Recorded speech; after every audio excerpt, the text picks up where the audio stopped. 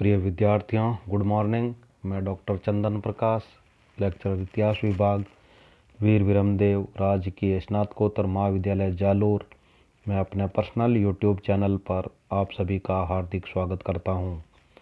प्रिय विद्यार्थियों, आज हम BA part first paper second के अंतर्गत इस्लामी साम्राज्य का प्रसार, इस्लाम का भारत में प्रवेश और प्रसार का अध्ययन करेंगे। हजरत मोहम्मद के जीवन काल में ही अरब के अधिकांश भूभाग पर इस्लाम का वर्चस्व कायम हो गया था। उनकी मृत्यु के बाद उनके उत्तराधिकारी खलीफाओं के नेतृत्व में इस्लाम तथा इस्लामी साम्राज्य का तेजी के साथ प्रसार हुआ। अरब वासियों ने संगठित होकर धर्म प्रसार के साथ साथ राजनीतिक विजय का अभियान शुरू किया। शीघ्र ही उन्होंने भूमध्य सागरीय देशों सीरिया, फिलिस्तीन, दमिश्क, इलाम, एंटियाक, साइप्रस, क्रीट, मिस्र आदि को अधिकृत कर इस्लाम का ध्वज फहरा दिया। इसके बाद फारस को इस्लाम की अधीनता में लाया गया। फिर उत्तरी अफ्रीका के नव मुस्लिमों और अरबों ने स्पेन में प्रवेश किया। स्पेन तथा पुर्तगाल जीतने के बाद इस्लामी सेना ने फ्रांस में प्रवेश किया, परंतु 732 ईस्वी में तुर्स के युद्ध में चार्ल्स मार्टेल के नेतृत्व में फ्रांसीसियों ने इस्लामी सेना को पराजित कर उसे पुनः स्पेन में धकेल दिया, जहां 1492 ईस्वी तक उनका शासन कायम रहा।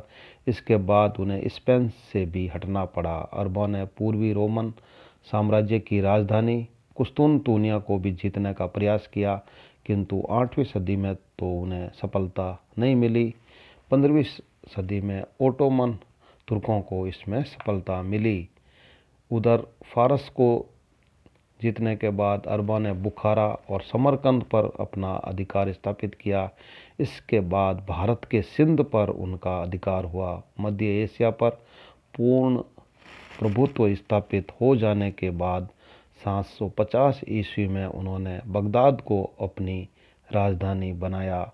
इस समय तक अरब वासियों का इस्लामी साम्राज्य यूरोप में स्पेन से लेकर उत्तरी अफ्रीका होते हुए भारत में सिंध और चीन की सीमा तक स्थापित हो चुका था और इन सभी देशों में इस्लाम धर्म फलने फूलने लगा।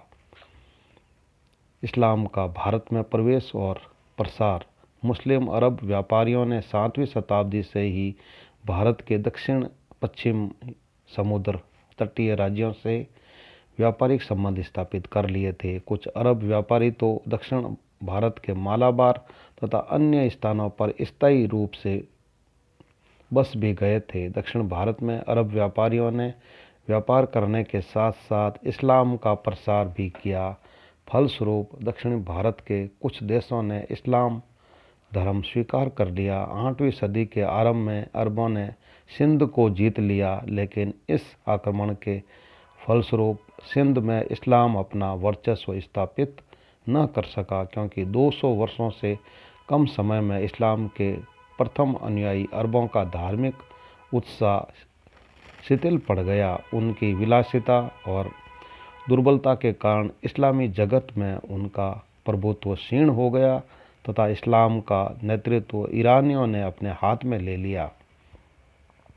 ईरानियों के बाद इस्लाम का नेतृत्व तुर्कों के हाथ में चला गया। तुर्कों ने इस्लाम धर्म तथा साम्राज्य के विस्तार में महत्वपूर्ण योगदान दिया। तुर्क लोग इस्लाम के नवीन अनुयायी थे, अतः उनमें धर्मांधता की भावना अधिक थी। कभी कभी तो वे मंगोलों की भांति अत्यधिक बर्बर तथा क्रूर हो जाते थे। इस चारित्रिक विशेषता की दृष्टि से तुर्क लोग अरब और ईरानी दोनों से भिन्न थे। उनमें न तो अरबों जैसी सूझबूझ थी और न ईरानियों जैसी शिष्टता व विनम्रता। वे लोग भौतिकवादी थे तथा अपनी तलवार की शक्ति में अगाध विश्वास रखते थे। इस्लाम के प्रचारार्थ अपने पर्यटन काल में तुर्क लोग कई शाखाओं में बंट गए थे। सेल्जुक तुर्क बगदाद को जीत कर पश्चिम की ओर बढ़ने लगे थे। उस्मानी तुर्कों ने 1453 ईस्वी में तुर्की पर अधिकार करके ओटोमन साम्राज्य की स्थापना कर ली थी। सामानी वंश के तुर्कों ने पूर्व की ओर बढ़ने का प्रयास किया और 874 और 999 ईस्वी के बीच उन्होंने खुरासान, आक्सस नदी पार के देश तथा अफगानिस्तान के विशाल भूभाग पर अधिकार कर लिया। सामानी वंश में अहमद नाम का एक शासक हुआ जिसने अलप्तगीन नामक एक दास खरीदा। धीरे धीरे अलप्तगीन का प्रभाव बढ़ने लगा तथा वह बल्ख का हाकिम बन गया। बल्ख में वह अपनी शक्ति बढ़ाकर गजनी का स्वतंत्र शासक बन गया। गजनी नगर में इस राजवंश की सत्ता का उदय होने के कारण इतिहास में यह गजनवी वंश के नाम से विख्यात हुआ। 977 में उसके दामाद तथा दास सुबुक्तगीन ने गजनी राज्य की सीमाओं को बढ़ाना शुरू किया। उसकी विजयों के फलस्वरूप उसके राज्य की सीमाएं हिंदुशाही राज्य की सीमाओं से जा मिली। 986 ईस्वी में उसने पंजाब के हिंदुशाही राज्य लमगान पर आक्रमण किया। इस बार लमगान के शासक जयपाल ने उससे संधि कर ली, किंतु जयपाल ने संधि की अवहेलना करना शुरू कर दिया। अतः 991 ईस्वी में सुबुक्तगीन ने पुनः हिंदुशाही राज्य पर आक्रमण कर लमगान तक का प्रदेश जीत लिया। 977 ईस्वी में सुबुक्तगीन की मृत्यु होने पर उसका पुत्र महमूद